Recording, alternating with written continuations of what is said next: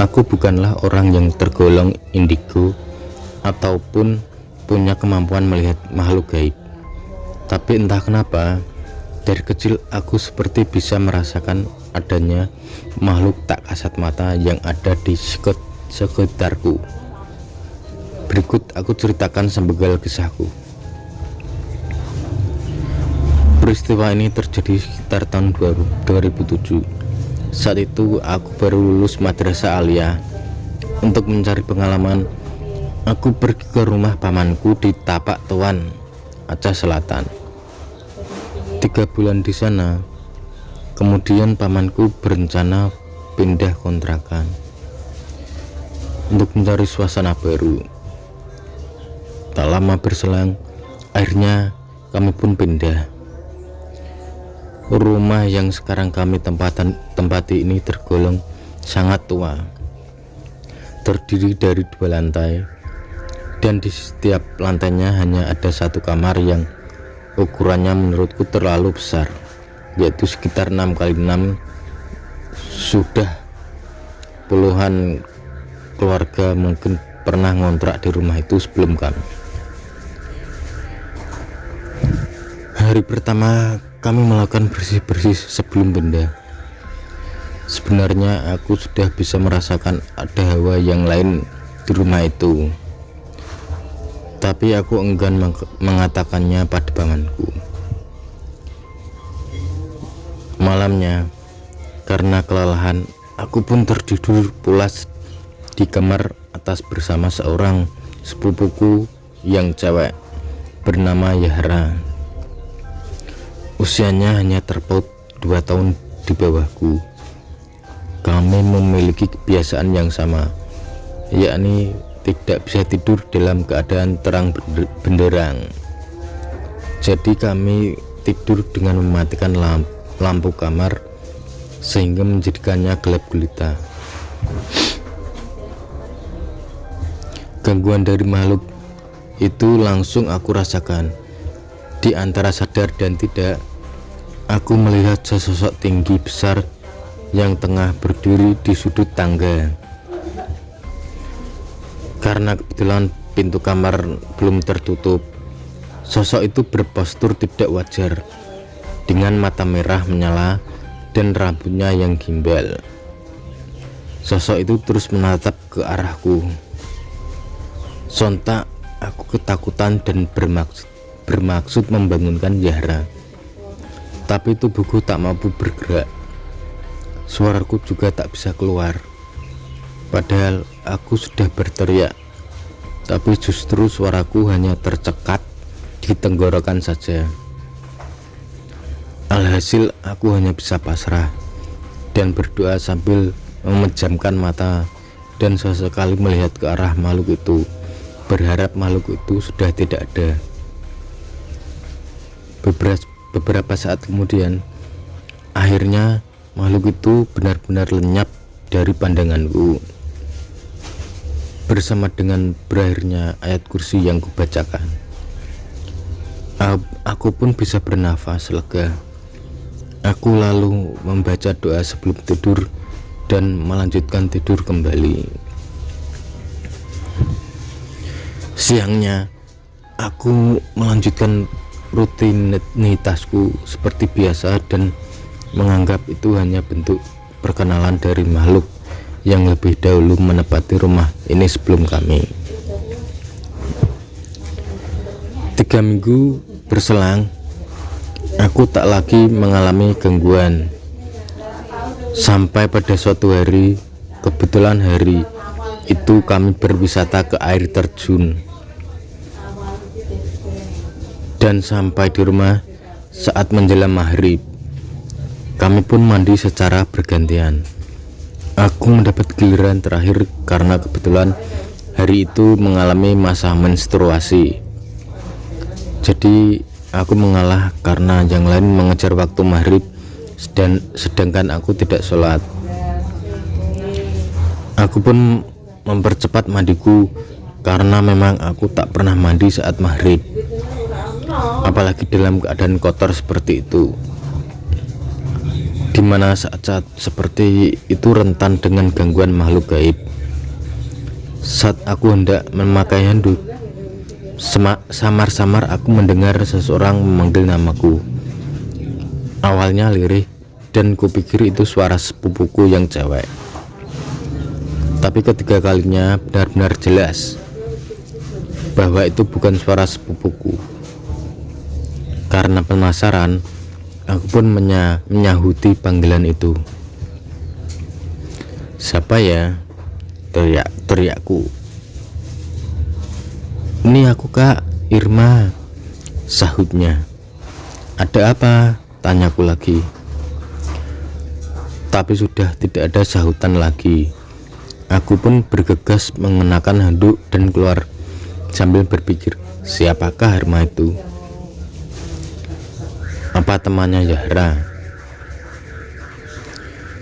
Sesampainya di kamar, aku pun bertanya pada Zahra yang baru selesai sholat, apakah ada temannya atau saudara yang bernama Irma yang datang. Dia pun heran dan menjawab tidak ada. Kalau aku lalu menceritakan peristiwa di kamar mandi tadi, malah dia yang ketakutan. "Kak, logikanya ya ini maghrib, gak mungkin ada orang yang berkunjung, karena kurang sopan berkunjung ke rumah waktu maghrib. Terus kakak lihat gak tulisan itu?" Tunjuk Zahra ke arah roster pelajaran yang ditempel di sudut langit-langit, tapi sudah kelihatan sangat usang. Aku pun heran, ada apa dengan roster itu? Aku mencoba melihat tulisan di bawahnya. Di luar tabel roster itu, aku pun melihat ke sudut roster tersebut, dan ternyata di sana ada tulisan Irma Sulistikawati, dan tepat di atas tabel tertulis roster pelajaran kelas 3 IPA tahun 1996 atau 97. "Apa?" aku teriak. Spontan Zahra merapat ke arahku sambil merangkul lenganku erat-erat. Tapi aku segera menguasai keadaan. "Kamu ini kayak orang tak punya iman saja. Habis sholat toh, masa takut sama yang begituan?" "Takut tuh sama Tuhan, bukan sama hantu," ucapku sambil tersenyum berusaha mencairkan suasana, walaupun sebenarnya bulu kuduku juga merinding. Keesokan harinya aku berusaha mencari tahu kenapa tetangga tentang seorang anak yang bernama Irma itu. Mereka bercerita bahwa Irma itu adalah gadis remaja yang meninggal karena tercebur ke dalam sumur yang ada di dalam kamar mandi rumah kontrakan itu. Mereka malah heran kenapa aku bisa tahu Irma. Aku hanya menjawab karena membaca tabel roster di kamar atas. 2 hari berselang, waktu menunjukkan pukul 4:30 sore. Saat itu aku baru bangun dari tidur siang karena kebetulan hari itu hari libur. Jadi aku sedikit santai. Aku berniat mengambil minuman ke dapur. Saat sedang menenggak minuman di depan meja, tiba-tiba aku melihat ada seorang anak kecil berusia sekitar 4 tahunan berlari dari arah pintu belakang rumah yang memang sedang terbuka.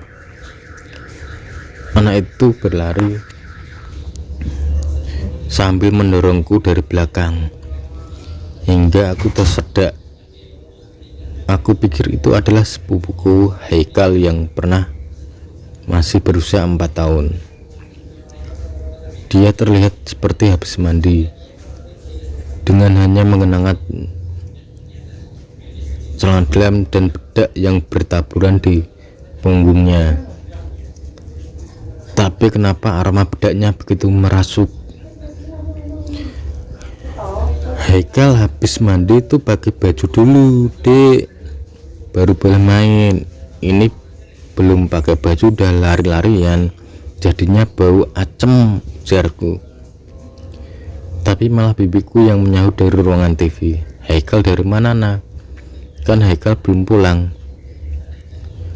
Aku pun teringat bahwa sepupuku memang masih balita itu sedang ikut bersama ayahnya ke rumah saudarinya sejak tadi pagi, dan rumahnya itu berada di kecamatan lain. Waduh, apalagi nih, gumamku. Belum sempat aku berpikir jernih, tiba-tiba aku melihat sekelebat bayangan aneh, seperti sosok perempuan mengenakan baju seperti daster dengan rambut tergerai sampai kaki. Bayangan itu seperti melayang dengan ringannya, namun kemudian melesat dengan cepat ke arah ruang tamu. Melihat itu aku langsung istighfar berkali-kali. Entah kenapa perasaanku mulai tak enak. Puncaknya terjadi pada malam itu juga. Saat aku mulai terlelap, tiba-tiba aku terjaga karena melihat Haikal yang berlari-lari sambil tertawa di dalam kamarku. Dan saat itu aku membuka mata, tak ada siapapun di sana. Sengaja aku tak ceritakan ini kepada sepupuku, Yahra, yang tidur sekamar denganku, karena aku yakin dia pasti ketakutan. Akhirnya aku pun mencoba tidur kembali. Walau sedikit sulit, akhirnya aku terlelap. Namun ketenanganku terusik kembali. Aku tidur dalam posisi telentang, dan tiba-tiba saja merasakan dadaku serasa ditindih sesuatu. Sesak bukan kepalang, dan tak lama berselang aku merasakan tubuh diseret ke bawah. Aku berusaha meronta dan berteriak hingga aku rasakan tubuhku terjatuh. Kemudian tubuhku diseret lagi ke arah kursi kayu tua yang di atasnya kami letakkan kipas angin. Jelas telingaku mendengar suatu kipas angin itu menderu seperti helikopter. Aku berupaya melihat makhluk yang memperdayaku saat itu, tapi tetap tak terlihat. Malah yang kurasa lahirku dibelit kabel kipas angin yang tiba-tiba mati. Aku merasa makhluk itu semakin keterlaluan. Aku pun mulai membaca ayat kursi, hingga tak lama kemudian aku mencium bau gosong dan tubuhku terasa ringan. Aku langsung tertidur di bawah kursi tua itu dengan kondisi leher yang terlilit kabel kipas angin. Pagi-pagi sekali aku merasakan pipiku ditepuk-tepuk. Begitu ku buka mata, ternyata itu bibiku. Tiba-tiba aku sudah ada di tempat tidur lagi dan langsung istighfar. Bibiku berkata bahwa ia mengangkatku dari bawah kursi dan melepaskan lilitan kabel itu di leherku. Katanya aku pingsan. Bibiku pun bertanya kepada aku, kenapa aku bisa dalam posisi seperti itu. Aku pun menceritakan kejadiannya, dan dia pun menambahkan bahwa tadi malam tiba-tiba saja Yahra lari dari kamar dan berkata bahwa saat ia memelukku sambil tiduran, bukan aku yang dipeluk, melainkan pocongan yang amat besar. Maka dari itu dia langsung lari dari kamar dan memilih tidur dengan orang tuanya. Siangnya kami mendatangkan seorang ustadz ke rumah dengan tujuan membersihkan rumah itu agar kejadian yang nyaris membunuhku semalam tidak terjadi lagi. Kami mengadakan pengajian dan mengundang para tetangga di pengajian itu.